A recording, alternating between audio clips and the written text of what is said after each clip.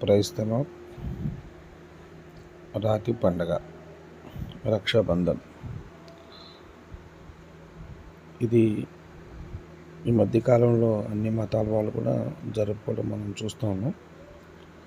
అయితే దీని యొక్క పుట్టుకని మనం గమనిస్తే అది ఎక్కడి నుంచి ప్రారంభించబడిందో కాస్త మనం పరిశీలించడం చాలా ప్రాముఖ్యమైన సంగతి. భారతదేశంలో పురాణ గాథల్లో నుంచి ఇది ప్రారంభించబడింది. దేవతల రాజు దేవేంద్రుడు రాక్షసులతో యుద్ధం చేసి ఓడిపోయి తన పరివారంతో వచ్చే దిగాలుగా ఉన్నప్పుడు దేవేంద్రుని యొక్క భార్య ఇంద్రాని తమ దేవతలకు పూజించి ఒక బంధాన్ని, ఒక తాడుని, ఒక రాఖీ కట్టడం జరిగింది.